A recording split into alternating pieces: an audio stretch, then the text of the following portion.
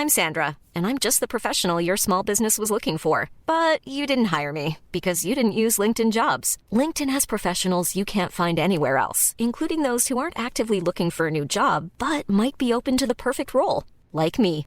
In a given month, over 70% of LinkedIn users don't visit other leading job sites. So if you're not looking on LinkedIn, you'll miss out on great candidates like Sandra. Start hiring professionals like a professional. Post your free job on linkedin.com/spoken today. Even on a budget, quality is non-negotiable. That's why Quince is the place to score high-end essentials at 50 to 80% less than similar brands. Get your hands on buttery soft cashmere sweaters from just $60, Italian leather jackets, and so much more. And the best part about Quince, they exclusively partner with factories committed to safe, ethical, and responsible manufacturing. Elevate your style without the elevated price tag with Quince. Go to quince.com/upgrade for free shipping and 365-day returns.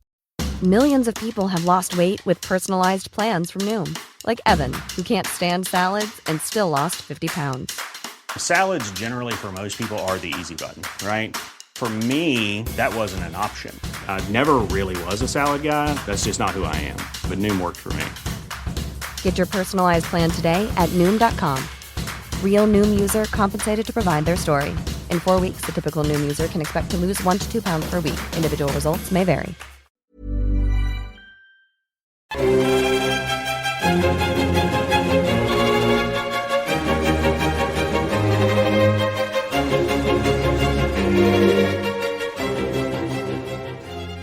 Hello and welcome back to the Napoleonic Wars podcast.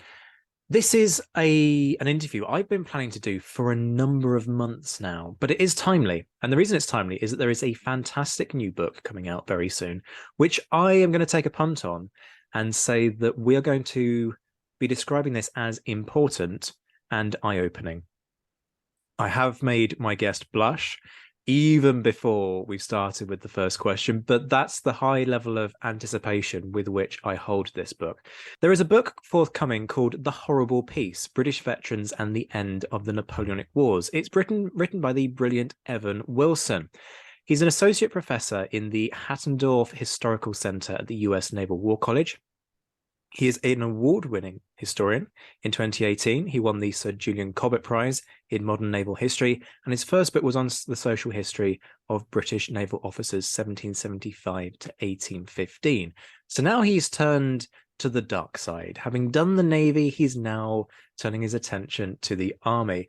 And this is going to be a great kind of exploration of what the flaming hell, and flaming hell really is the word, happened when it came to the British Army demobilizing from about 1814 onwards. Evan, it's great to see you. Welcome to the show. Nice to see that you're in good spirits and well, because when I first pitched this to you, I did pounce on you when you were severely jet lagged in the National Archives. That was deeply unfair of me. But considering the quality of what I'm expecting us to discuss over the next hours, I'm not particularly sorry about that. How are you doing? Very well. Thank you for having me, Zach. I really appreciate it. It's great to be here. I hope I can live up to the billing. Oh, you're going to more than live up to the hype. Obviously I look forward to doing episodes. I'm particularly looking forward to this one, and also reading the book, because I don't pull my punches. If something's rubbish, I tell people it's rubbish. This I really don't see as going to be rubbish in the slightest. I, however, am going to be a bit rubbish with my first question. I'm going to do that very tedious, sort of boring, predictable thing of, so why the title? But there's a reason why I'm going, why the title on this one, because you've actually made this point in a recent blog post. And we'll talk about where people can get your blog at the end, and also in the show descriptors, because you're kind of building the hype for this book and kind of giving people indicators. But you made the point, everybody talks about war being horrible. Yes, okay, we've got that point. Peace, however, sometimes can also be quite horrible, but the reasons for that might not immediately occur to people. So talk us through the thinking there. Sure. So the actual quote that it comes from is from an article in the Times just before the 1-year anniversary of Waterloo, in which the Times is looking at the state of the country and saying basically, this is not going well. Things are grim. what if the country were sunk even lower into an abyss of ruin and unemployment and all sorts of other kind of miserable things.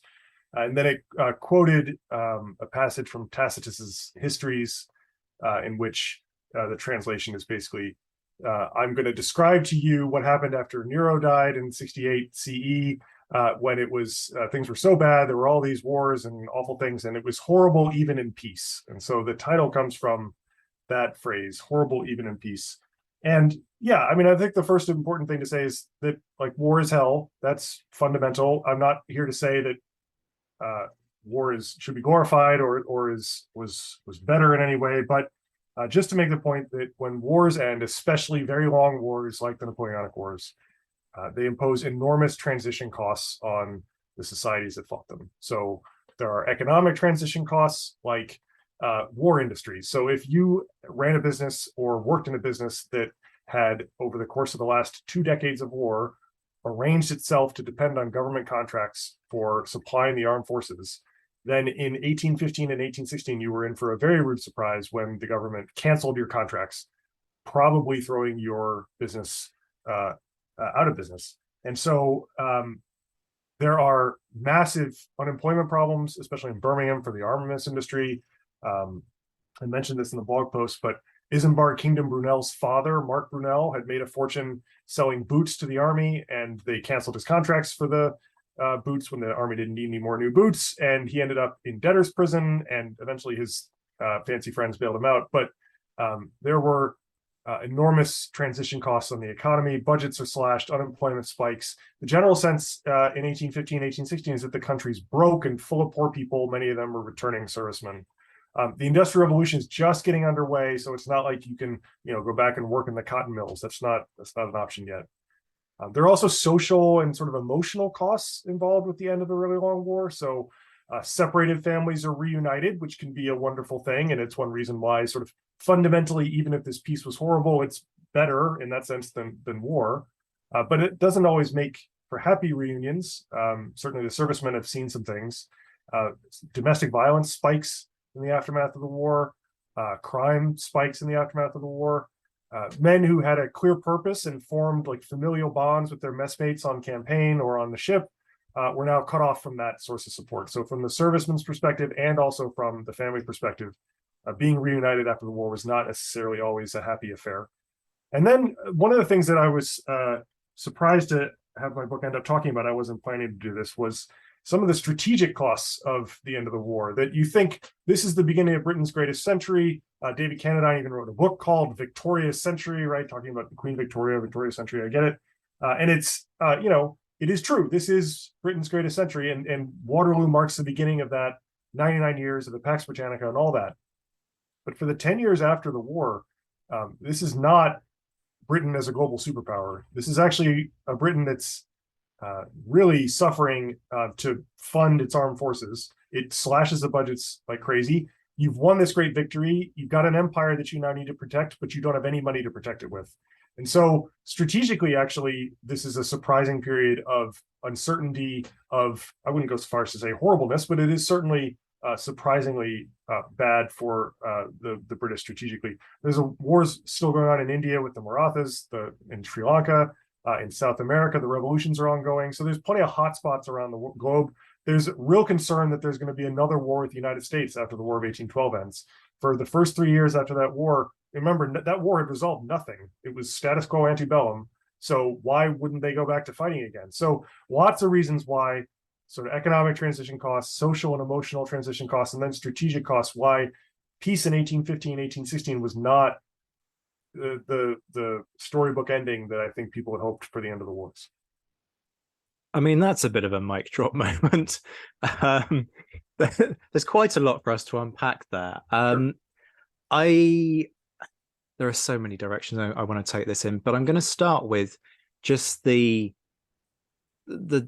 obvious bit about demobilization in various facets. And one of these is, I'm being unfair here because I haven't sent you this in advance, but when you demobilize an army, you are inherently sending large numbers of individuals that you've trained in the art of killing out into the population. Obviously, this is not the first time that the British government has demobilized a force. That's a given. Every time there's a war, you have an increase in recruitment, and then come the end of the war, you don't need that force anymore. So you have a drawdown. But this is the largest army that Britain's probably had ever at this point in time, come 1815. Is there concern amongst the government that, look, we're going to send all of these people back out into society? And is there any kind of thinking about, well, maybe there are things we can do to offset any associated risks? Or is this just, well, look, we need to save money. The only way we can do that is to slash the numbers, and that's exactly what we're going to do. The second part, this is the era of laissez-faire. The government doesn't think that it's responsible for finding employment for demobilized soldiers or sailors. It thinks that it's best off when it gets out of the economy, not when it tries to prop it up. So the government is not interested in trying to solve these problems. It turns out they should be worried about sending a bunch of armed men back into society. They're not armed anymore, I guess, but they were trained, as you say. And it turns out that in the unrest that follows the wars, there's a couple books out there that you can find called like Waterloo to Peterloo, right? The name Peterloo is always obviously an echo of Waterloo.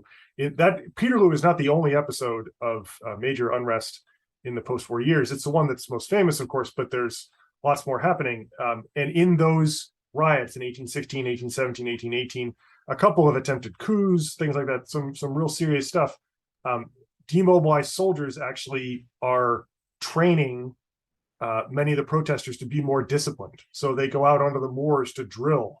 To instead of with muskets, they're drilling with like long pitchforks and things like that. They line up just like they're going to be in a cavalry square, right, to face the oncoming still in service veterans of the wars. So they're on both sides of the conflict. And so yeah, there are real concerns about putting these men back into society, but the government isn't in a position really to do much about it. And then the result is that you've got protesters on both sides, protesters and the people trying to suppress them, that have military training.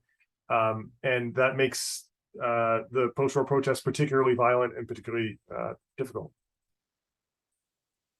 Yeah, I mean, this is the irony, isn't it? That, you know, suddenly the threat of revolution in some respects abates because Napoleon's defeated, the clock is turned back in France, and you've got this kind of triumph of ancien regime over the revolutionary ideals. And yet the disaffection hasn't gone anywhere. The discontent doesn't go anywhere. And what you've done is given these people some techniques which they can potentially employ to be rather more effective in their process, should they feel inclined. We'll rewind a little bit and just talk about the very early stages when the news breaks of the first peace. So we're talking Napoleon resigning, what becomes his exile to Elba. News arrives, certainly in southern France, immediately after the Battle of Toulouse, which therefore makes Toulouse a completely pointless battle because the war was over by the time it had been fought, but nobody knew that at the time. But the thing that has always staggered me, and yes, people, crime and punishment, I'm very sorry to bore you with this, but that's where I'm going with this. It's desertion statistics. And I do love a good desertion statistic conversation. When you look at the overall statistics, the point at which they absolutely rocket, and we're talking levels not seen at any other point in the British Army during the Peninsular War, is April and May 1814. And we're talking triple, quadruple, maybe even 5 times the statistics that you'd get on average at other points in the war. I've got my theories on that I could bore people with, but I want your take because you're the person who's really looked into this. What do you think accounts for it? I'm not sure that's true. That I think you've actually looked into this more than I have, but I'll give it a try. So I saw the same research that suggests that the desertion spike absolutely seems to be a clear marker.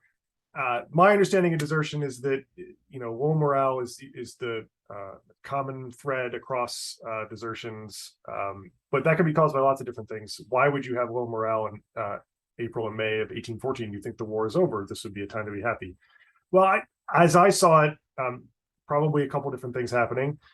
One would be rumors. So remember that the ordinary soldier subsists on a diet of rumors, knows very little officially about what's happening in the world, much less in his own, you know, in the army that he's in.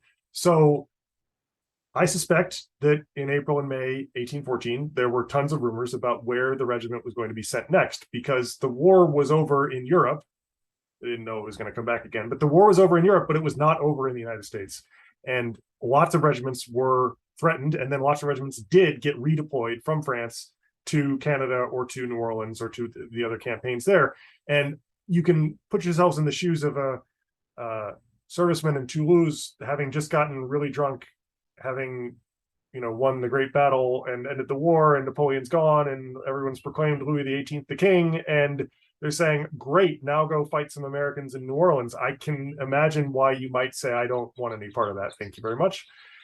It could be that your service enlistment time was coming due, and you decided I don't want to risk it. So there are some memoirs that talk about soldiers who were like 3 weeks from the end of their enlistment period when they found out they were going to be redeployed to somewhere where you can't get back home in 3 weeks. So you're necessarily going to have to extend the enlistment period. Maybe the army would be kind and let you stay behind, but maybe not. So I think that that's probably what's happening. Then there's also always the sort of wives and girlfriends question. Had they found someone in Toulouse in April and May of 1814 and decided they wanted to stick around? Perhaps. It's pretty far from the Channel, so it's not like you're going to get home anytime soon. So those are my best guesses. I have a lot in the book about separation from the mess and how difficult that was for both soldiers and sailors, and perhaps that's a factor here too. But that would be my stab at it. Maybe you can fill me in. Yeah, I'm inclined to agree with you on all of those points. I forget the name of the individual whose memoir is incredibly candid about how the night before New Orleans, they basically spend the entire night trying to find, I think they end up trying to find Pakenham in the end, because they do not want to fight that picking battle. Their term of enlistment is up. They got no desire to risk their lives. And this is a really interesting kind of counterpoint in all of these conversations that we have about how generally morale was very high. A lot of commitment amongst these troops to each other's survival. And yet this idea, hey, why don't you just go and risk it a little bit more? That they don't want to ride their luck. The preservation instinct does kick in. And I think you also hit the nail on the head with the wives and girlfriends comment, which is the other thing I wanted to ask you about on all of this, because it's always, I don't want to quite use the word angered me, because I don't like to bring too much emotion into historical study. I always think it's a little bit unhealthy. But it certainly bugged me that the army's attitude to unofficial wives seems to be, from what I've read, we don't care, they're unofficial, they're not on the battalion strength, therefore we have no obligation, we're leaving them here, we won't be paying their passage. If you want to pay their passage, well then sure, by all means, but we don't pay you half the time, so good luck affording that passage. Say your goodbyes, you're never going to see them again, which in turn is a very good motivator for people to say, well, stuff this for a game of soldiers, pun entirely intended. Yes, feel free to groan, listeners. And then they disappear into the hills. And you even get comments about this from people like Costello, don't you? About how actually those individuals who do that aren't judged, because there's this understanding of why they would do that, especially when the war's over, as you say, in Europe. The regiment's not under immediate threat. So actually, if there's a moment to up sticks and disappear, that really is the moment. Is what I've said there about, this kind of abandonment and genuinely tearing families apart, because that's what we're talking about here. You don't get the opportunity to officially bring your girlfriend onto the battalion strength because of the limits on what's allowed. You nonetheless strike up a family, and then you're meant to just leave them all in southern France. Is that genuinely sort of the army's rationale? Yes. I think the worst case that I found came from Christine Haynes' research. She's got a great book called Our Friends, the Enemies, about the Army of Occupation. So after Waterloo, the Allies decide we don't want to make that mistake again. So they put, more than 100,000 troops in northeastern France under Wellington's command, and 30,000 of them are British. When the 30,000 British troops in the Army of Occupation are sent home in 1818, so after 3 years of living in rural France, you can imagine that there are a number of families. Christine found that 5,000 women came with the Army of Occupation. This is out of 30,000 troops. So 5,000 women came with 30,000 troops to the Channel Coast, having been promised that they were going to get lives in England, right? Bring the kids, do the whole thing. And not all of them been promised marriage, but at least that was sort of the assumption. And many of them were abandoned pregnant in France because of everything you just said. Yeah, so it's not a happy story for sure. Very little of the Army's history with its with the women who follow the camp is. Janine Hurley even has some really good stuff on this too that has been really eye-opening. So yeah, you're right. It's not a fun story. Not something that anybody wants to be touting. I don't want to defend the Army, but there is a bureaucratic rationale, of course, to it. Why that costs money. Don't want to spend the money.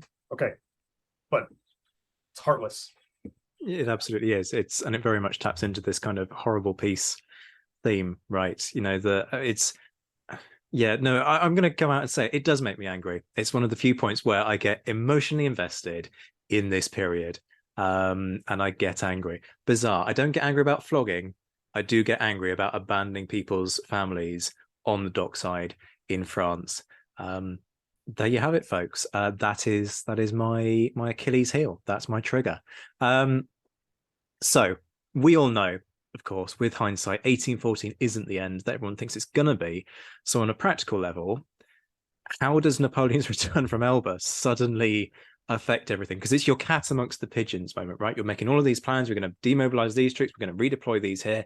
And suddenly, oh bother, suddenly this war in Europe really isn't over. And the single biggest threat has reemerged on our doorstep just as we're rejuggling. We've had that time to start to redeploy.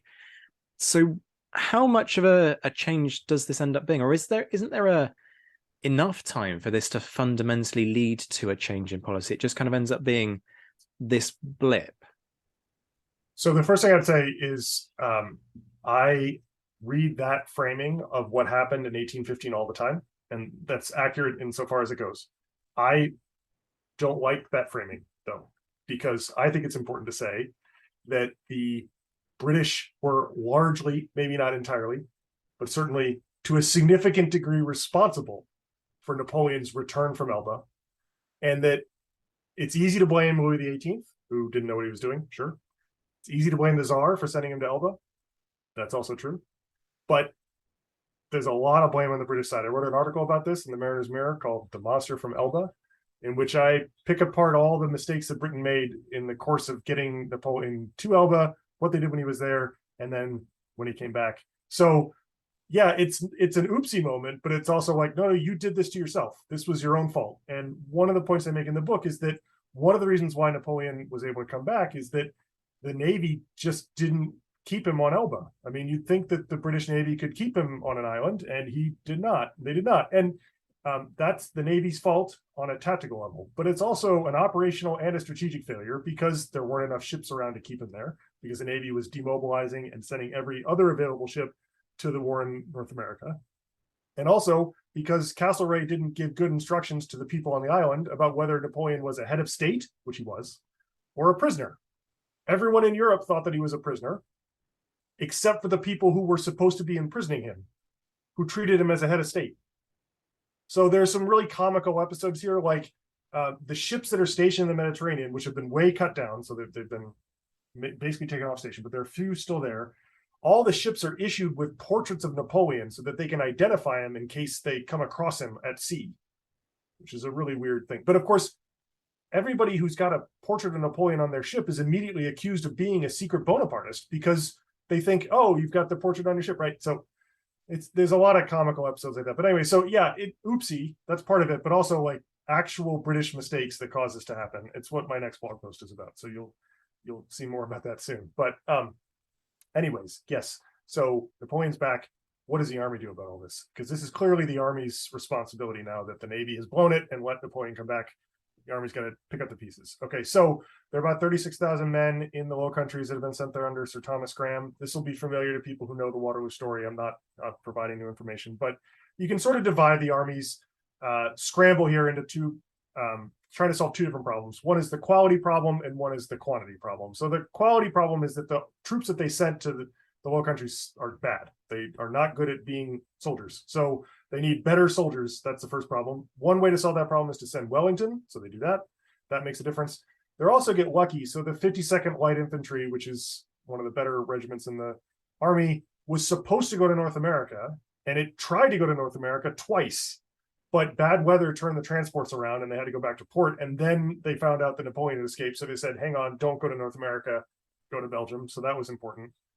And then there's the quantity problem. So they just need literally any warm body will be helpful in some way. And that includes stripping Ireland of troops, which is a big risk, certainly in an era in which Irish loyalty could not be counted on and had to be held down by force, right? So and Castlereagh actually writes to Wellington saying, basically, I'm going to send you everything from Ireland. We hope it's going to be okay. Like, don't blow it. So, okay. So they strip Ireland. They're hoping that troops coming back from Canada can then garrison Ireland, but there's going to be a window in there when they have fewer than they want. They hope that the expedition coming back from New Orleans is going to help. So that's another part of it. And then basically they extend short service enlistments. So all these soldiers that thought that they were ready to enter the peace and that it was, that was their time was up, they're told, actually, no, you're going to be here for longer.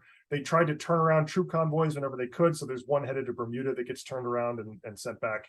And then they also, Wellington wanted pieces of his Peninsular Army, which had sort of ended up in Portugal, that hadn't quite made it all the way home yet. He wanted to get those in, but they couldn't get them in time, so that didn't work. They do have a ton of gunpowder, so the Ordnance Board manages to get 42,000 barrels of gunpowder dumped on the beach at Ostend, which is helpful. They only needed 560 or something, 69, I think, at Waterloo, so like way overkill on the gunpowder. But they just dump them on the beach at Ostend and expect the army to figure it out. It's kind of like a reverse Dunkirk. So Dunkirk is just down the beach. It's like 50 kilometers away. So instead of removing the troops from Dunkirk, they're literally just throwing them on the beach and hoping that the army can figure it out. So they did. The result, of course, is famously not a very British army and not a very good army. It's a European army. Only 46% of it was made up of normal troops in the British establishment. So British troops plus the King's German Legion, and then everything else is like Brunswickers and Hanoverians and Nassauers and things like that. So it's a ragtag bunch. Wellington's not very happy with it. Of course, famously, which is a good way to deflect criticism in the event it had gone wrong. But nevertheless, I think it's legitimate to say this was not the best. So that's my very long answer to how did the army respond to news of Napoleon's return. It was complicated, but it messed with a lot of plans for demobilization, for sure. Yeah, I can well imagine. I mean, the army is just the British government, to be fair, because it's done through acts of parliament, but or at least my understanding is that it's done through acts of parliament. Certainly that's the case in 1813. The government is pretty kind of ruthless in terms of this extension of service in a really casual way. So in 1813, for folks who aren't familiar, the British government just decides we're passing this act that says that you might have enlisted for 7 years, but actually you're staying until this war is over, and no, you don't have a choice, which is fundamentally a breaking of contract. But because it's handed down by the government, it's there's nothing you can do about it. They literally wrote a law to make this happen. Is it the same story come 1815? There's another act of parliament, or do they? Yeah, so I have never served in the military. I have no military experience. I am employed by the U.S. Navy right now. I do not speak for the U.S. Navy, by the way. All my stuff here is not official government stuff. But anyways, I'm surrounded by active duty military officers. And when I came across this extending of the short service enlistments, I thought, wow, I was like, oh man, that's just brutal. How could they possibly do this? Just pass a law and you say, if you talk to anybody who's in the military today, they'll say, yep. And I mean, it's true that if you sign up for military service, you get used to the big government basically telling you that plan you had that you thought you were going to do this, you're going to do that now, and it's going to be different, and you're just going to have to deal with it, and off you go. So there are ways that as you go up in rank, you can have a little more control in different places and things like that. But military service. This is not just 1813 and 1815 in Britain, not just about the extension of the Napoleonic Wars. It is, I think, a universal truth in military service that when you put on the uniform, you have to be willing, you have to be ready for whatever the government says you're going to do. I mean, it's kind of less no plan survives first contact with the enemy and more sort of no plan survives contact with your own government from the sounds of things, right? That's right. Yeah, that's good. Yeah. Um, so post 1815, you've got a new set of priorities. This time the Europe learns its lesson, right? Don't stick Napoleon anywhere near Europe. Let's stick him. It's a very sort of Prometheus moment, right? Chain him to a rock in the middle of nowhere on this godforsaken island. He's never getting out of there again. So they don't have that to deal with. What they do have is a new set of priorities, though. You made the point really nicely. There's a war still going on in India. Britain's still sort of hell-bent on taking what it can out there.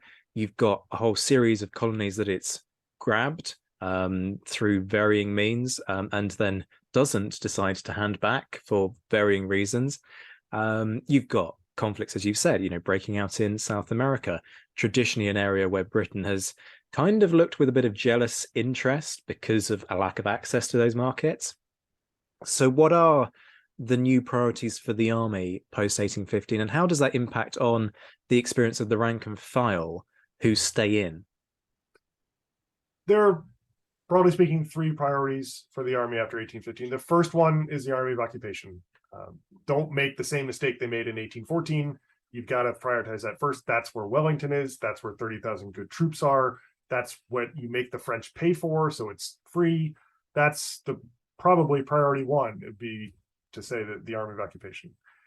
The second priority is suppressing domestic unrest, which is not something that would be necessarily easy to get any of the ministers at the time to come out and say explicitly, but it's certainly they talked around it in the notes. So the Duke of York wrote a couple of memos in 1816 and 18 to try to explain why he had allocated this many troops to this garrison and this many troops to that garrison. And throughout the memo, you can see him thinking the soldiers are there not because we're expecting some other European power to come take this garrison away from us, but because we need to suppress any unrest that happens in that garrison. And the most important of those garrisons is England, is the home countries.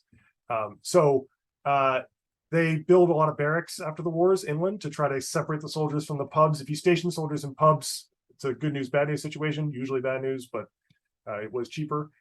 They start a rotational system through Ireland. So the regiments basically go to Ireland for about 2 years, maybe 3. They deal with the usual troubles in Ireland, and then they get out of there before they, get too bloodied. There's a possible rebellion brewing in Scotland in 1819, 1820 that they're really worried about. So they got to make sure they have enough soldiers there. There are riots in London periodically, starting with the Corn Law riots before Waterloo, even in 1815. Sailors have gone on strike in Newcastle and shut down the port in 1815 and again in 1819 after Peterloo. So ordinary soldiers are sent all around the home islands to try to keep the peace, so to speak. There's no domestic police force. Well, there are various private domestic police forces, but there's not a proper, metropolitan police yet until I think 1829. So the soldiers are the first line of call. So if there's a riot, right, a magistrate would try to summon some citizens who were not rioting to help them suppress it. He would make them constables and hope that they could put it down. But usually that didn't work.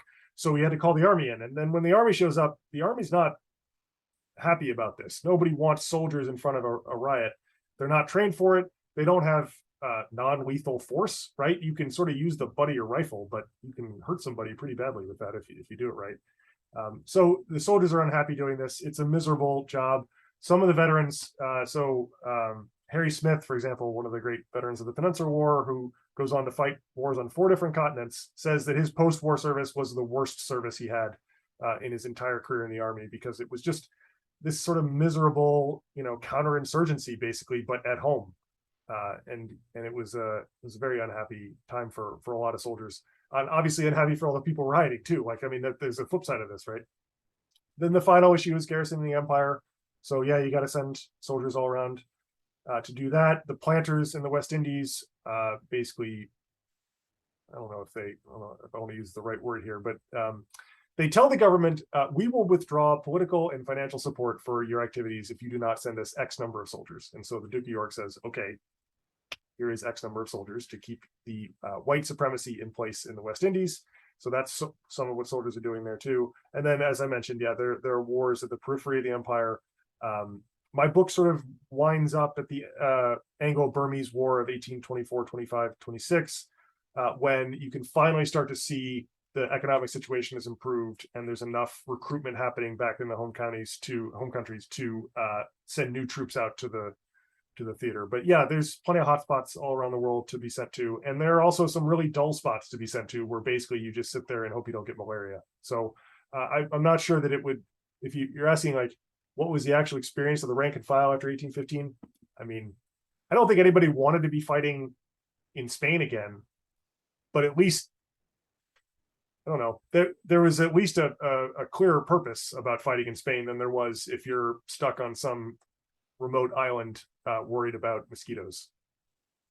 Yeah, it's funny. I was going to ask about exactly that issue and what you're saying about how York gets forced into this situation of, no, you are going to send some troops to garrison the West Indies, because, as I'm sure I've talked about in the past, that's the place where regiments sort of get sent to die. This is a place where you like to send your penal units when you draft people straight into the army out of the Old Bailey courtroom, because they'll get malaria and then they'll die, and you haven't spent all of this vast amounts of time sort of recruiting and training and all the rest of it.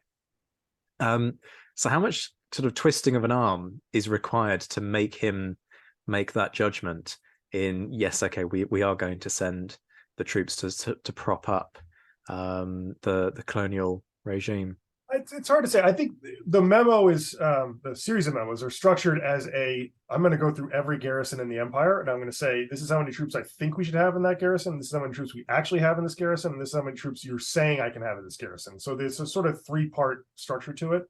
And he doesn't have a whole lot to say about the West Indies because it's clear that his hands are basically tied with the size of the garrison there. Nobody wants to be sent there, of course.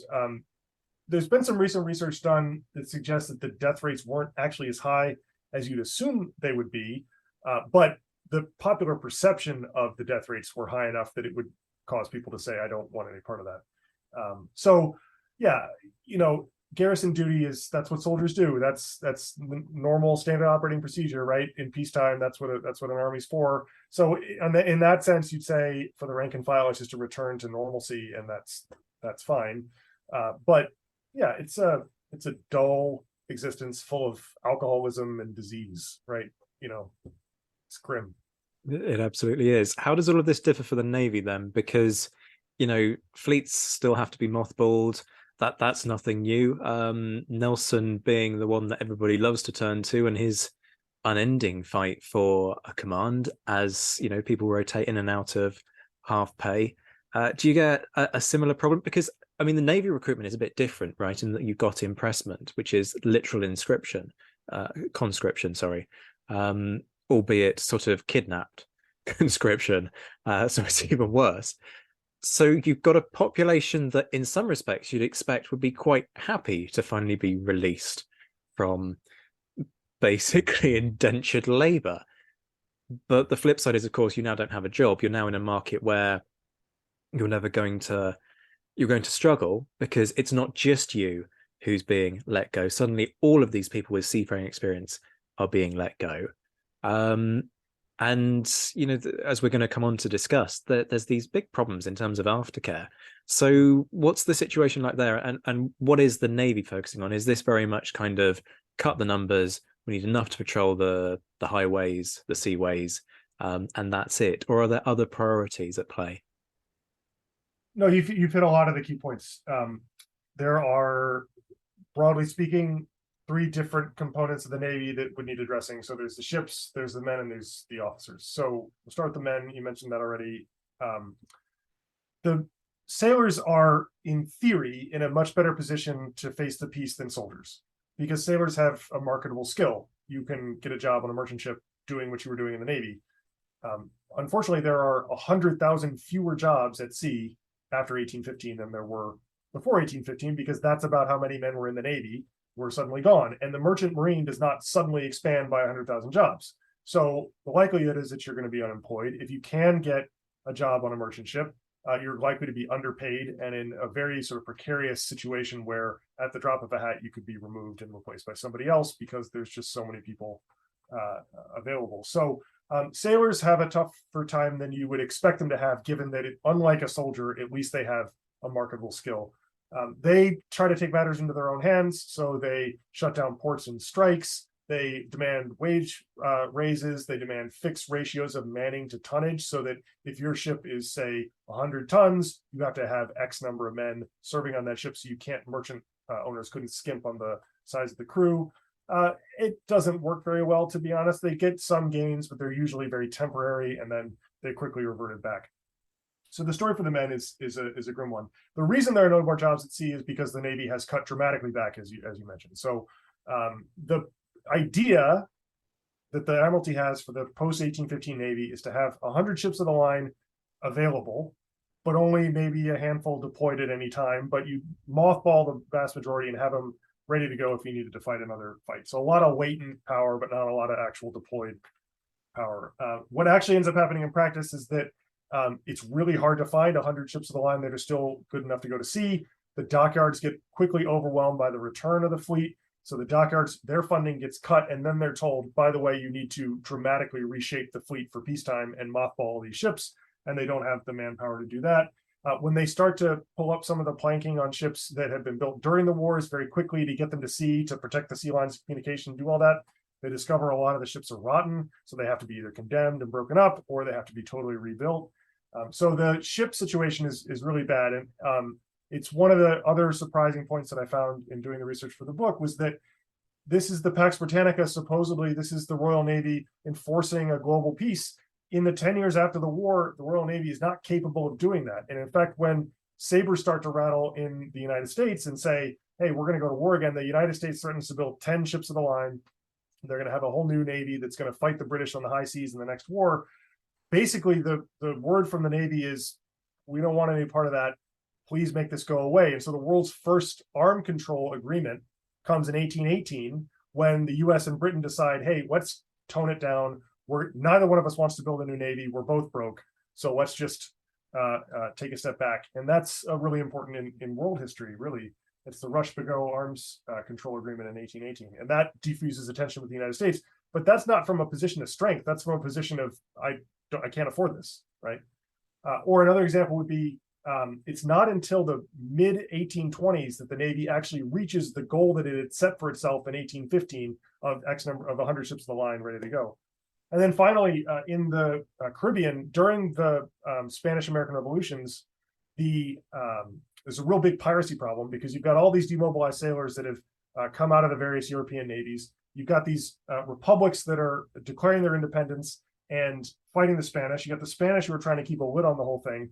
And the result is this chaos in the Caribbean that causes all the British merchants who are operating out of the Caribbean to periodically get stopped and taken by various pirates and privateers and people operating there. And they're screaming back in London to say, where's the Navy? Like, help us. And the first Navy that arrives to do anything about it is the US Navy. And that just pisses them off more because they're like, what's the point of all this if it's the Americans coming to help? You don't want that. Where is the Royal Navy? And so the Royal Navy sort of reluctantly says, okay, fine, and sends some ships out in the 1823-24. So the story of the Navy in the decade after 1815 is not the story of the Pax Britannica of these great fleets spanning the globe. It becomes that. I'm not arguing that it doesn't get there, but certainly the 10 years after the war are a lot rougher around the edges. And then the final thing is the officers. As you mentioned, officers, yeah, there's no jobs. The unemployment rate for junior officers after 1815 is 90%. So there are no jobs. It makes you feel good to be an academic, honestly. So the 90% unemployment rate is such that I think junior officers who have to survive on half pay and don't have any money, they're in a tough spot. If you're a senior officer, you basically treat this as, well, that's the end. It'll be the end of my career. I need to get as many rewards as I possibly can before it's over, pin all the buttons on, get my portrait painted, and then basically say, I'm good to go. I'll live on my prize money and my half pay. If you're a junior officer, that's a tougher pill to swallow. So, you know, they suffer for a good 10 to 15 years after the war before there's enough of an uptick to get them back to sea. Hey, I'm Ryan Reynolds. Recently, I asked Mint Mobile's legal team if big wireless companies are allowed to raise prices due to inflation. They said yes. And then when I asked if raising prices technically violates those onerous two-year contracts, they said, "What the f*** are you talking about, you insane Hollywood ass?" So to recap, we're cutting the price of Mint Unlimited from $30 a month to just $15 a month. Give it a try at mintmobile.com/switch. $45 up front for 3 months plus taxes and fees. Promo rate for new customers for limited time. Unlimited more than 40 gigabytes per month. Slows full terms at mintmobile.com. Even on a budget, quality is non-negotiable. That's why Quince is the place to score high-end essentials at 50 to 80% less than similar brands. Get your hands on buttery soft cashmere sweaters from just $60, Italian leather jackets, and so much more. And the best part about Quince, they exclusively partner with factories committed to safe, ethical, and responsible manufacturing. Elevate your style without the elevated price tag with Quince. Go to quince.com/upgrade for free shipping and 365-day returns. I'm loving this interview. I'm just going to pause and say that right here and right now. I haven't laughed this much during an interview in a heck of a long time. I'm loving the dry wit that's coming through all the way through this. Let's talk about something that is less amusing though, and that is the physical demobilization process. You want me to make jokes about sad people now? Is that what we're doing? Right, yeah. It's not the best kind of selling point for a show, is it? We're pointing fun at people in economic hardship. This is suddenly sounding very, very topical, isn't it? Let's talk about this process. What does it actually involve? Because I'm trying to piece together what I have read about this, and in some sense, I get this feeling that there's a little bit of money that gets shoved in a soldier's face, which is right. Use this to get back to wherever you want to go, and thanks very much, goodbye. But is that literally it? How does this work? Is this very much a kind of a sense of you due your old pay that we didn't kind of give you during the Peninsular War, so you'll get that as well? Or is it kind of, well, that was a long time ago, you've probably forgotten about that, so here's a few shillings, thanks for coming, we don't want to be seeing you again? Is it very much sort of cut all the ties, there's the gate, get out, and don't darken our door again? So half the book is about the Navy, roughly. So I'll start with them. Navy is simpler here. Sailors did what they'd always done when they left a ship. So demobilization 1815, there's just more of them. And one of the things I point out in the book is that it doesn't all happen in 1815. It happens, there's actually some early demobilizations way back in 1812. The withdrawal of the Baltic fleet during the Russian campaign, they don't need a fleet in the Baltic anymore because of that. So a bunch of ships come home and get paid off then, but a lot of those men get redeployed to North America. Anyways, demobilization happens slowly from about 1814 properly through 1817-18 for the Navy. So there's a couple years of this, but basically your ship comes back into port, you get a pay ticket from the purser on the ship, and that says you're owed this amount of money. You take it to the nearest pay office. The pay office probably doesn't give you sufficient hard cash. So if you really want coins in your pocket, then you can sell the ticket to basically a loan shark at a discount and get loan shark is maybe the wrong word, but you can sell it to one of the various hangers on around port who enjoy separating sailors from their money. If you sell the ticket at a discount, you get hard cash and you go to the brothel. That's what sailors have done for centuries, and 1814, 15, 16 isn't really any different. If your wife managed to meet you when your ship came into port, perhaps you don't go to the brothel, and perhaps you get your full pay, and perhaps things go a little bit better for you and your family. But this is the caricature. Fair enough. Press gangs aren't a problem after 1815 either, so you don't have to worry as much about that. The press gang is only legal in wartime, so you're not sort of skirting around trying to worry about that sort of thing. Soldiers. Okay, so soldiers, it's more complicated. We can talk about the hospitals later. I think I'll focus for now just on how do you wrap it up. So first you have to wait for your enlistment period to end, right? So that's the major difference between the Navy and the Army. The sailors, they signed up for the commission, not for the war. Or if they did sign up for the war's over. So who cares? So off you go. With soldiers, though, they've got actual enlistment periods. 7 years is the shortest. If you leave at 7 and you didn't get extended or whatever, then yes, it's thank you for your service, goodbye. If you get to 14, if you were a short enlistment soldier, you could become eligible for a pension at 14. So we'll talk about that in a minute. But most pensions didn't come into play until you'd serve for about 21 years, which is more or less your working life. So from the age of 18 to 20 until 40. And you're probably pretty beat up at that point, having been in the British Army for the last 20 years. You've seen some stuff. So, and you've walked some places. So the separation was similar to the Navy. You went into the books and figured out, okay, how much money am I owed? I do think that conscientious regimental pay people did actually notice that you were owed money, and so you would get the money that you were owed. It's. I don't think we should be so flippant as to say that basically it was a long time ago, we're not going to give it to you. But bookkeeping, this sort of thing is challenging. There's prize money that comes out of the Peninsular War too, so you get. Depending on how many different periods you served in, you got X number of pounds based on your time served, what rank you've been, all those sorts of things. So all these calculations go in. In the Army, more so than the Navy, there are a lot of deductions that come out of your pay for various pieces of equipment and food and things like that. So you do have to do a bunch of math to figure out, okay, I am owed this amount of money. And then you would go get the money. If you were, most of this would happen at the regimental depot back in England. So if you were demobilized overseas, usually you had to sort of come back to the regimental depot to get a lot of this sorted out. There are some exceptions, but that's the usual pattern.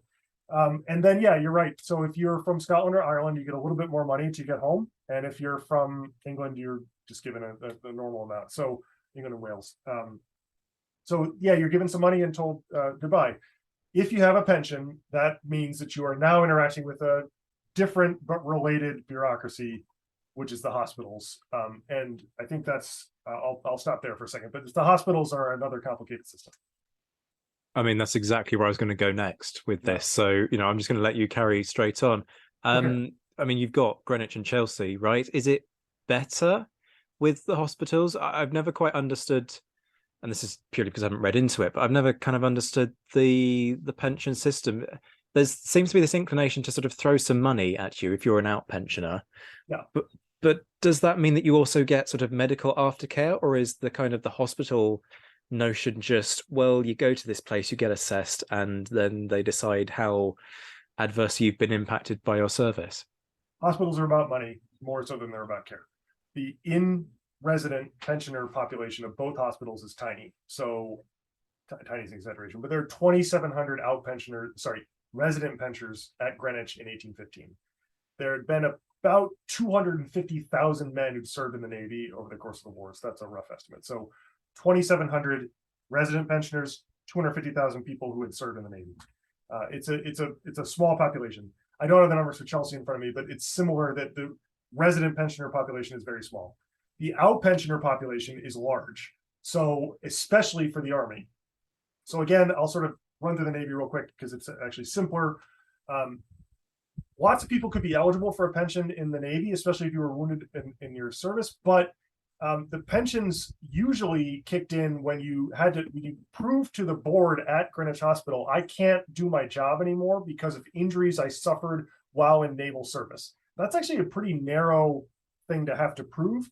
Also, because a lot of sailors are going to leave the Navy when they're 25 years old and they're perfectly healthy, more or less, for a 25-year-old in 1815, right? So you haven't necessarily been worn down by 21 years in naval service the way the standard Army pensioner was. So in the Army, a lot more people are eligible for pensions because in order to be eligible as a percentage of the population, in order to be eligible for a pension, you had to have served for this long. And so as a percentage of all the soldiers and all the sailors, far more soldiers got pensions than sailors did, because most sailors just tried to go back to sea or do whatever it was that they could do and didn't want to deal with all the bureaucracy of trying to prove that, oh, that time I sprained my ankle, that meant I couldn't do my job. Like, it's not going to happen. It's not worth the effort to do all that.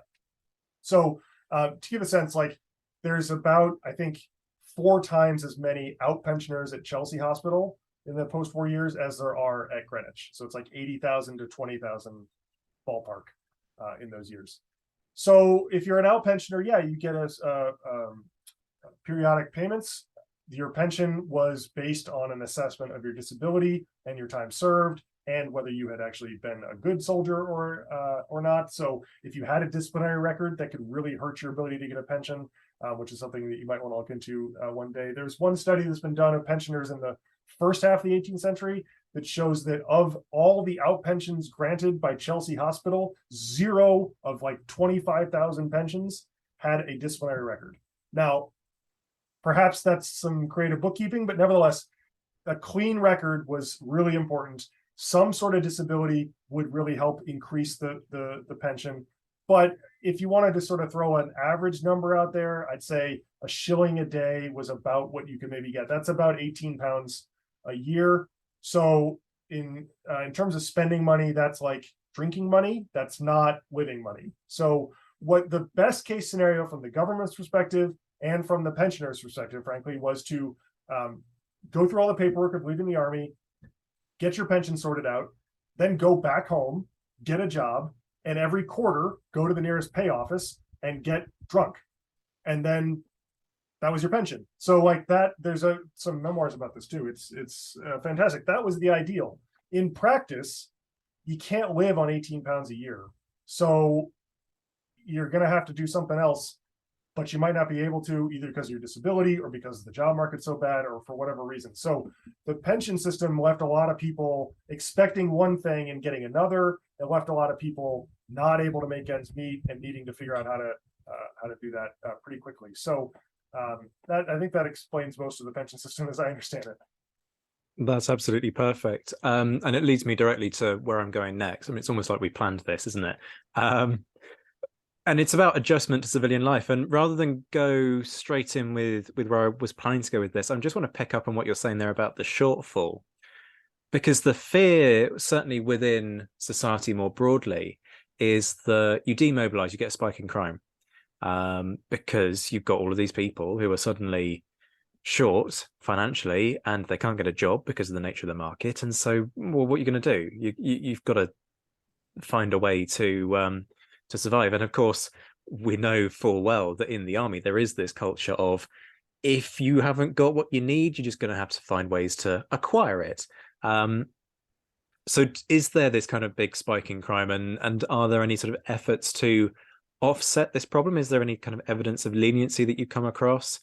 Or is this very much sort of, well, no, it doesn't matter what the circumstances are, you stole. And so therefore you're going to end up taking the consequences. It's always funny to talk about a book after you've written it and you think, oh, that would have been a good question to ask. I did not ask the leniency question. I did look at the spike in crime briefly. There is one.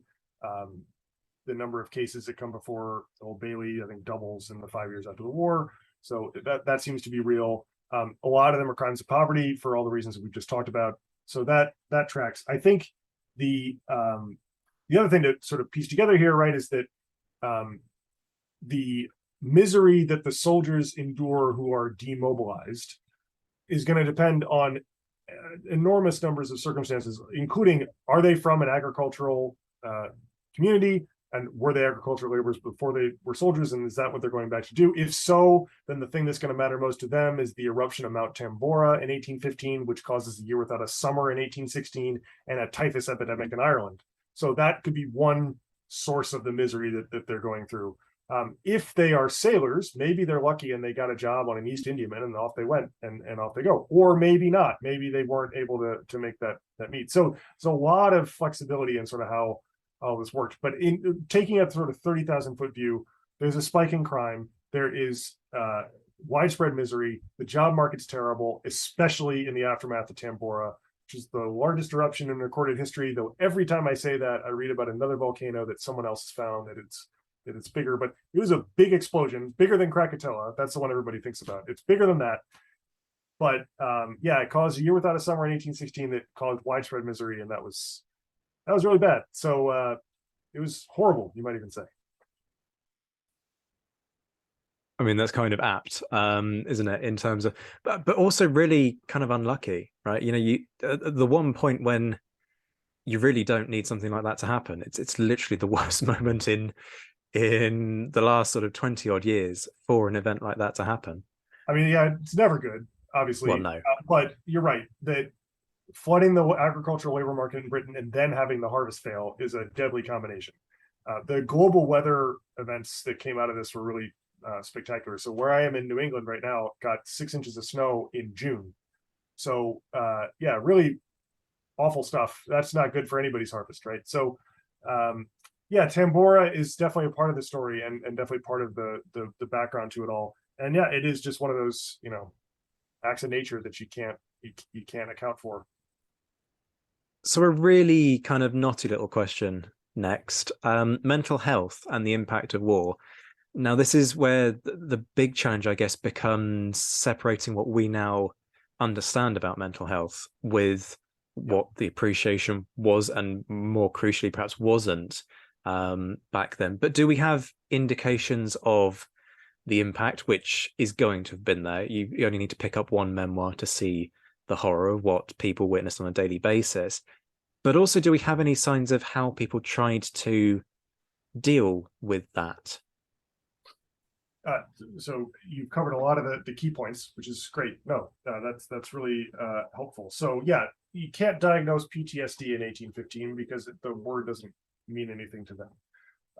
Nevertheless, there was clearly trauma in the war, and these are people who are in a post-traumatic situation, so there were obviously effects of it.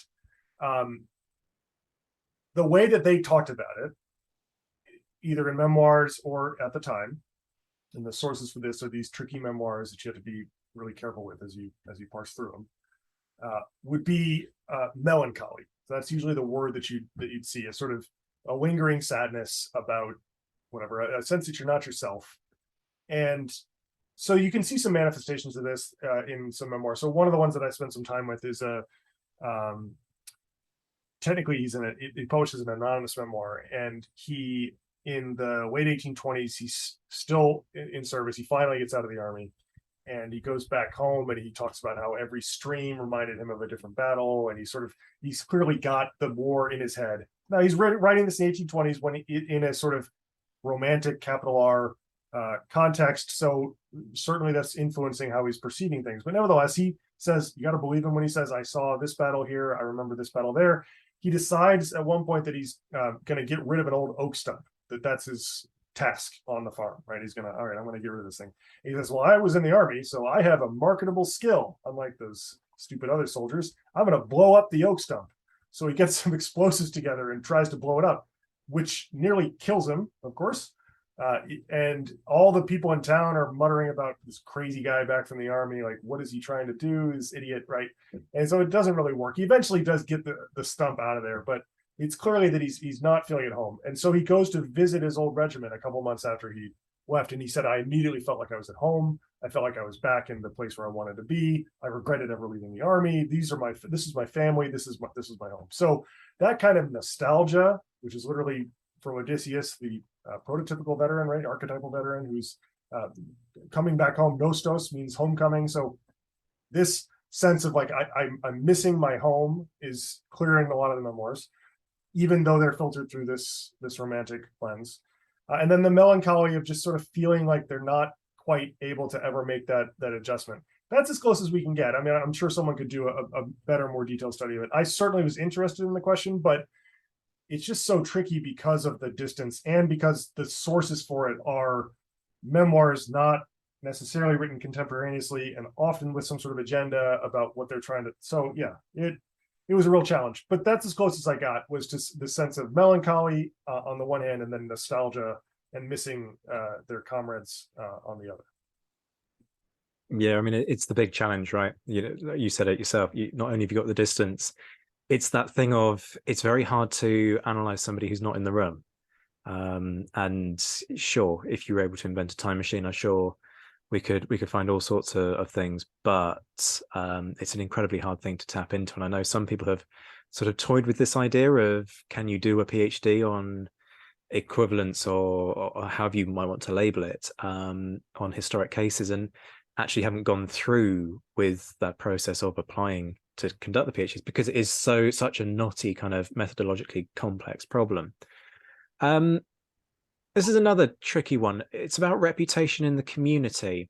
I mean, there are two facets to this, right? Because on the one hand, look, this is the generation that won Trafalgar. This is the generation that won Waterloo, and boy, are those battles exalted in society. You've also got this whole thing of scarlet fever that some scholars have written about. This idea you love a man in uniform, and yet people really couldn't give a monkeys. Let's go with the polite version. They couldn't give a monkeys about the troops when they actually needed help. And the one thing that sticks in my mind here is the aftermath of Coruña, when Moore's army lands back on the south coast, and you've got these soldiers who are almost blind from fatigue, completely dirty, covered in rags, probably barefoot, staggering through the streets, and people are literally crossing over the road to not go near these soldiers. And it's actually the sailors who turn around and provide the support and go, look, come on, buddy, let's get you to a tavern, let's get you sat down, let's get you something to drink,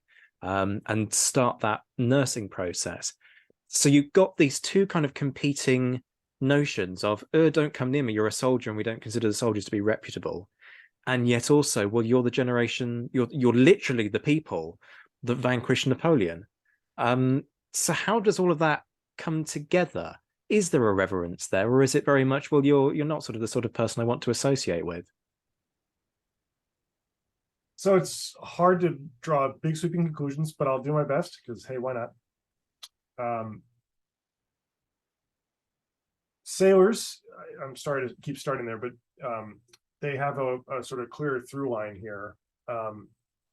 Their reputation for profligacy, alcoholism, whoring, etc., none of that changes. So what happens in the post-war years is that an evangelical movement comes to see sailors as a primary focus of their efforts. And there's a big push to start sailors' homes in port cities, to put floating chapels in a lot of the port cities that are there in an attempt to try to steer sailors away from their lives of immorality.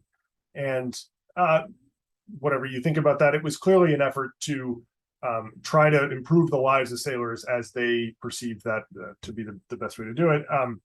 And it clearly worked in some sense. It's a thriving movement that lasted through to today. There's actually a sailors' home in Newport that owes its origins to that sort of thing here in Rhode Island. So that's got a long history. In the post-war period, this was seen as a particularly ripe time to be doing that sort of thing, when sailors were in this difficult labor market in this uncertain time. So there are a lot more sailors ashore than there have been during the wars. So I think with sailors, you can see an attempt by some sections of the community to try to improve their lot. But how is the sailor perceived after the war? Well, people write books about this all the time. And, Jack Tar, the image of him changes over time and is repurposed for political means. And I think it's the politics, really, which is the best way to answer your question, which is, I think your perception of a soldier or a sailor is going to be shaped probably first and foremost by your general feelings about the government, because they are in some senses representatives of that, right? The soldiers are very much literally in their red coats. And so loyalist members of the population who saw the government as needing their support as it suspended habeas corpus and cracked down on meetings of more than 50 people and all these other repressive acts, they're what do we call the 6 acts, right? They who supported that would see soldiers as the bastions of this the defense of this conservative regime. And so when a soldier walked around wearing his Waterloo medal, which would be something that they would make sure to wear anytime they walked into a pub, perhaps they're not paying for drinks, right? That's a good example of the Waterloo medal as a symbol of I can be celebrated and touted in this context. In other cases, though, a soldier walks into a bar wearing a Waterloo medal, and there's a scene in the book from a town, I think it's on the first anniversary of Waterloo, in which it's like a shot-for-shot remake of the scene in Casablanca, except that instead of the locals singing La Marseillaise and overshadowing the German anthem, it's the locals who then riot at the soldiers who are there to celebrate Waterloo, and there's this big clash in the pub, right? So this kind of tension between those who are in favor of the government's crackdown on post-war dissent and those who are part of the post-war dissent, I think is a good way to think about how you might feel about soldiers. So for example, if you're one of the 50,000 people, I think is the new number, 50,000 people who attended the meeting to hear Henry Hunt speak at St. Peter's Fields in Manchester in August of 1819, I suspect that when the soldiers showed up, you weren't like, oh, thank goodness the cavalry's here. Like it was you know, so I think it's going to be a mixed bag, but I would filter through a lens of politics, and especially in this period after 1815, when Britain comes as close to revolution as it had in the 1790s. So it's a really tough time for the country. This is another really kind of lazy podcasting host question that I'm going to ask here. And I have disparaged it against people who sort of go, what were your sources for using this? Because it is one of those, it's usually a question that you throw in there when you're struggling to find other questions to ask. In this case, I promise that's not what's happened, because this is, I basically put myself in your shoes and tried to work out, how the hell do you go about trying to piece all of this together? And so in effect, what I'm asking is a deeply selfish question, which is that I want to know how you managed to do it. So I'm going to make the listeners listen to how you did it. But you've got lots of different strands to this. And it's always the thing that bugs me in terms of people sort of disappearing post-war. The army's very good at record keeping when it's got people under its command. And then the second they're kicked out, they disappear into the ether. And I'm always interested in how we kind of shine lights on people's experiences when they're not kind of in a literally regimented organization. So how do you do it? So it's obviously complicated. I'll try to make this simple. For this particular question of how do you trace veterans after they've left service, pension records are a good place to start, but I found them to be overwhelming. So the pension record, if somebody wanted to do a prosopographical study of pension records, they could do a dissertation on them, because there's vast amounts of data in there about all the things that the veterans had to tell the bureaucracy to get their pension. So periodically they'd have to check in to say, who are you, where are you from, where are you living, all this other stuff. So you can trace mini biographies of people through the pension records if you wanted to do that. It would be an astonishingly large and complex task. I chose to dip into them rather than to treat those as my primary sources. Memoirs and letters are more easily accessible, certainly, and provided more of the sort of color that I was looking for. Memoirs are tricky, but it turns out there's so many of them. It's both. So Matilda Grieg has a great new book about the evolution of memoirs over the course of the 19th century, and I think she and I looked at 3 memoirs that were the same. So there's just so many that, like, she looked at one set of memoirs that answered these questions, and I looked at a totally different set of different memoirs. And that's not one is better or worse. It's just that there's so many available that you can probably, I found I could eventually find ones that talked about what happened after 1815. Because the other problem I ran into when I went to look at memoirs was that so many of them were like, and then I went home, period. Like, okay, well, that was not quite what I was looking for here. So how do you actually get, past the demobilization period and get a story about how that went and then what happened afterwards? That narrowed my searching in memoirs to ones that actually did that, which of course biases all of my conclusions about this, because why were they talking about them? But this is what I had to work with. And the pension records, like I said, were a different book that could answer different questions. And if someone wants to do a PhD on that one day, I'm sure you could do some fantastic. It's like War Office 25, I think. A lot of them have been digitized, and so they're actually available from the National Archives website. But they are a massive tranche. But I guess to take a step back, so that was how I was trying to answer the veteran question after the war. But the book, the point of the book was to look at veterans. And so my research question was, what happened when soldiers and sailors came home? That's what I tried to keep coming back to in every chapter. How is this chapter trying to answer that question? And it turns out that what happened when soldiers and sailors came home, the first part of the question is actually the when. When did they come home? And so to tell that story, I had to tell this strategic story of the end of the wars to try to figure out, when did regiments come home? When did ships come home? Why were they sent home when they did? And that drove the first part of the book. So the first part of the book doesn't do a lot with memoirs at all. It's really mostly about how do you end these giant wars, and how do you bring people home, and when did you do that? And what about the people who didn't go home? What about those regiments that went on to the empire? or the ships that stayed deployed or whatever. So that was part one. The second part is about the experience of the veterans after the war. So what happened when they came home? And some of those chapters are driven by memoirs. Some of them are driven by things like, looking really carefully at the strikes in Newcastle in 1815 as compared with the strikes in Newcastle in 1819 for sailors. That's one place that you can look at in the book. Or there's a bunch of veterans who go to South America, right? Who go to fight in the wars of independence down there. And so there's a chapter on sort of veterans that don't come home and the veterans that go back out into the empire. There's settlers in Canada and settlers in Australia. There's this, for some reason, somebody somewhere thinks that soldiers would make good settlers, which is manifestly not true.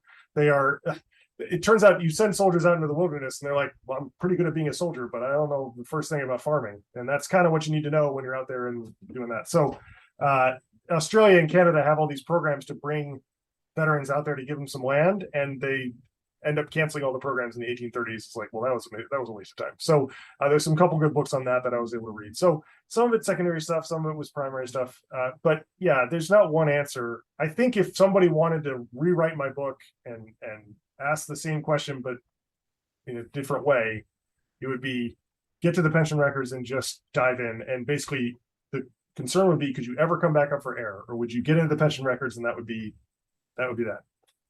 You would never be seen again. I mean, you've given people a brilliant indication of why I was completely justified in saying this book is important. We are going to get to a completely unashamedly vociferous plug for that book, because frankly, people, if you don't want to read this book after all of that, I don't know what's the matter with you. But I've asked you a lot of very, very unpleasant and awkward questions over the course of this. So why break with tradition for this final one? And it is, as I wrote it, I thought, you're an absolute git for asking this, but I'm going to ask it anyway. The Army and the Navy, do they get it right? Or was there fundamentally no choice with this? Demobilisation had to happen. The war was over.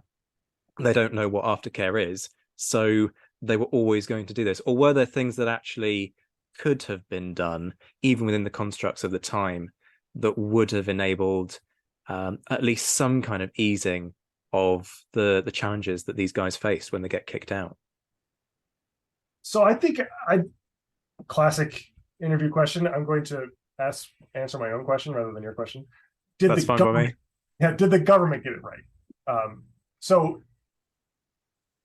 I don't think the government was operating in, by this I mean Lord Liverpool's government, which is a conservative Tory, some would say reactionary government that, Liverpool's like the third longest serving prime minister in British history. He was in office for a long time. Did he get it right? Did Sidmouth and the other members of the cabinet get it right? Well, they're not operating in an intellectual space in which deficit spending to improve the economic situation or to alleviate hardship was part of their intellectual toolkit. So it's hard to accuse them of getting that wrong. They certainly ran some risks that I think it's fair to ask whether they understood the risks that they were running in terms of the threat of revolution. So they said the best policy here is to slash the services budget. Remember, 80% of the budget is dedicated to the Army and the Navy and the debt incurred to fund the Army and the Navy. So if you slash the services budget, you're slashing the budget.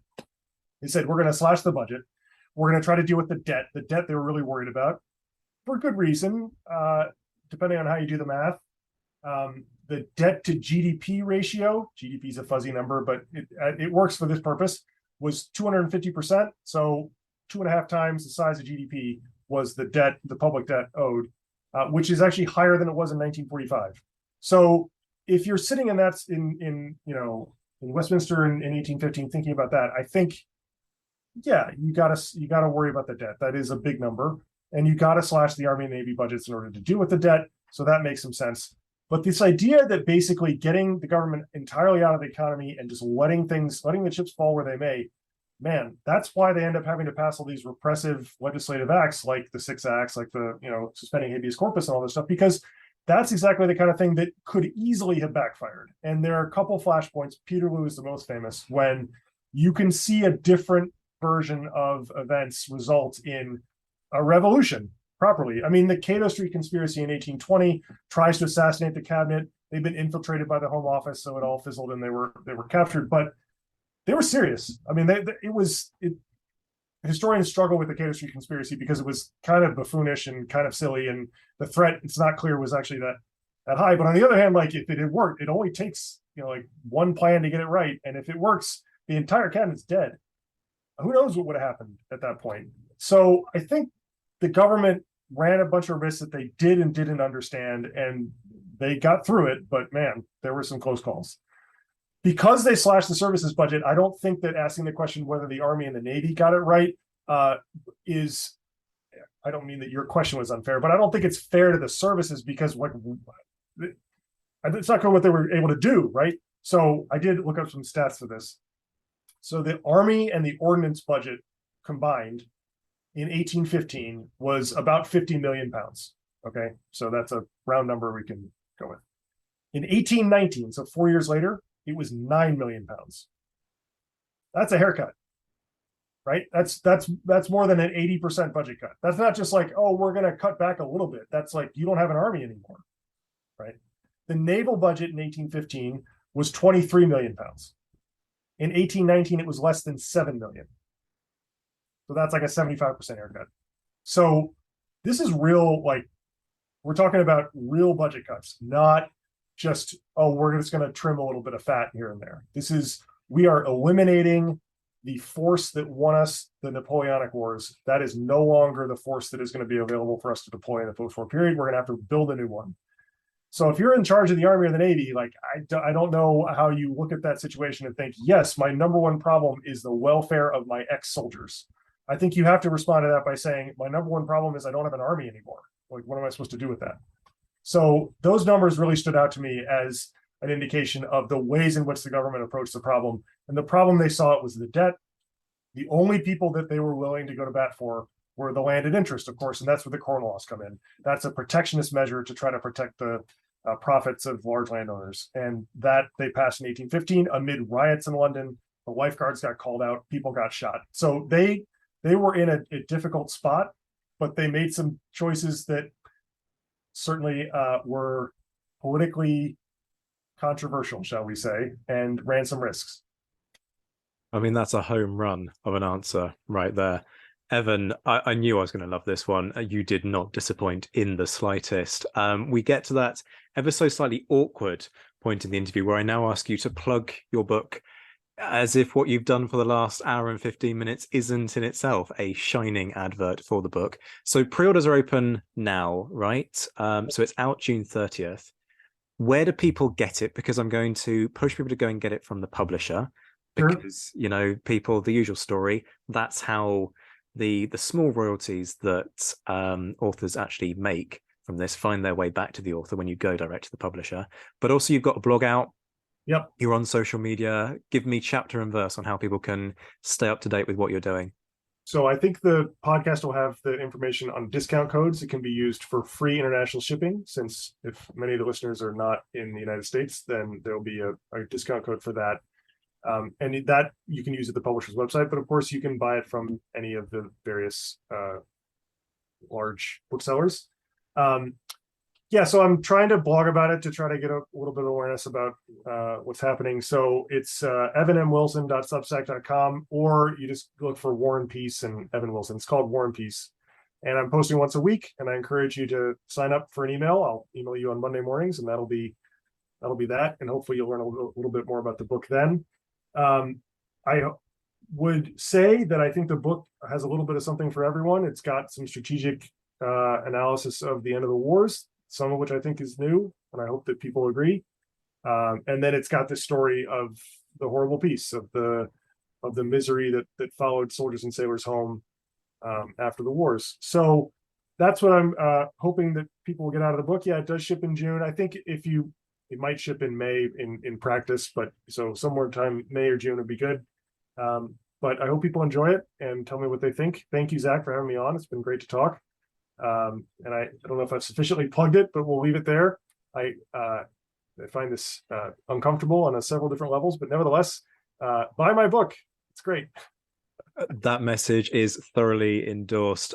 Folks, usual story. There's a description for every episode. Click the description where it says show more and you'll find details. I'm going to do direct links to the blog where you can buy the book.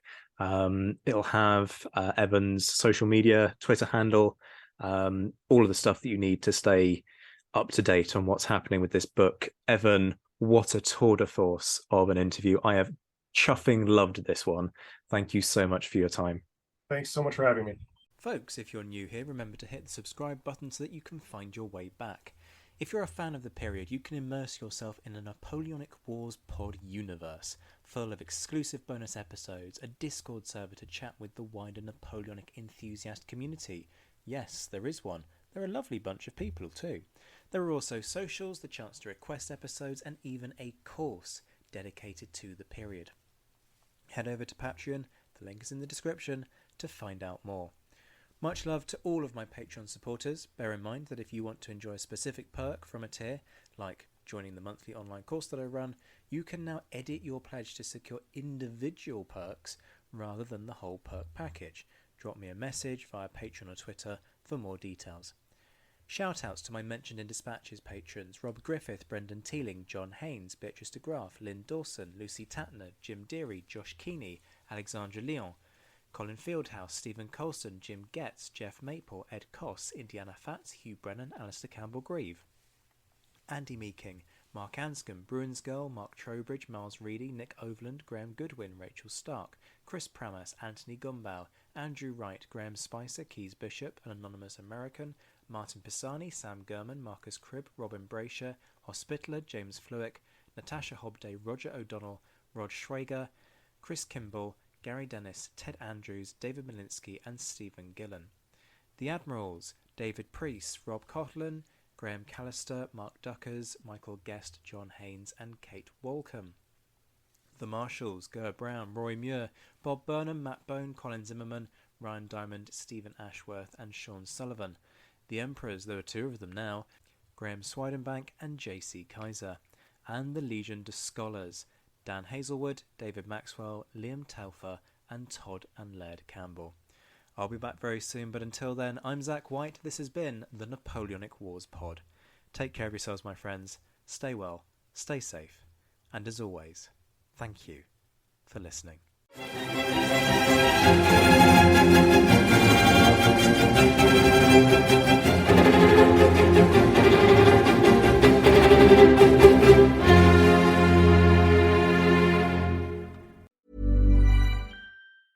Step onto the legendary clay courts of Roland Garros, where the world's best players battle it out at the French Open for a chance to win a Grand Slam title. Tennis Channel Plus is your place to watch. Stream every court from your phone or smart TV live in HD. See the action unfold as legends fight for glory and new rivalries emerge. Daily live coverage begins Monday, May 20th, with match replays on demand so you never miss a moment. From the first serve to the final point, Roland Garros promises unforgettable moments and new chapters in tennis history. Stream now with Tennis Channel Plus to be there when it happens. Planning for your next trip? Elevate your travel style with Quince. Quince has all the jet-setting essentials you'll want for your next getaway, like European linen, premium luggage options, buttery soft Italian leather bags, and so much more. And it's all priced at 50 to 80% less than similar brands. Plus, Quince only works with factories that use safe and ethical manufacturing practices. Pack your bags with high-quality essentials you'll be wearing for vacations to come with Quince. Go to quince.com/trip for free shipping and 365-day returns. Hi, I'm Daniel, founder of Pretty Litter. Did you know cats tend to hide symptoms of sickness and pain? I learned this the hard way after losing my cat, Gingy. So I created Pretty Litter, a health monitoring litter that helps detect early signs of illness by changing colors, saving you money and potentially your cat's life. Pretty Litter is veterinarian developed, and it's the easiest way to keep tabs on your fur baby's health right at home. Go to prettylitter.com and use code ACAST for 20% off your first order and a free cat toy. Terms and conditions apply. See site for details.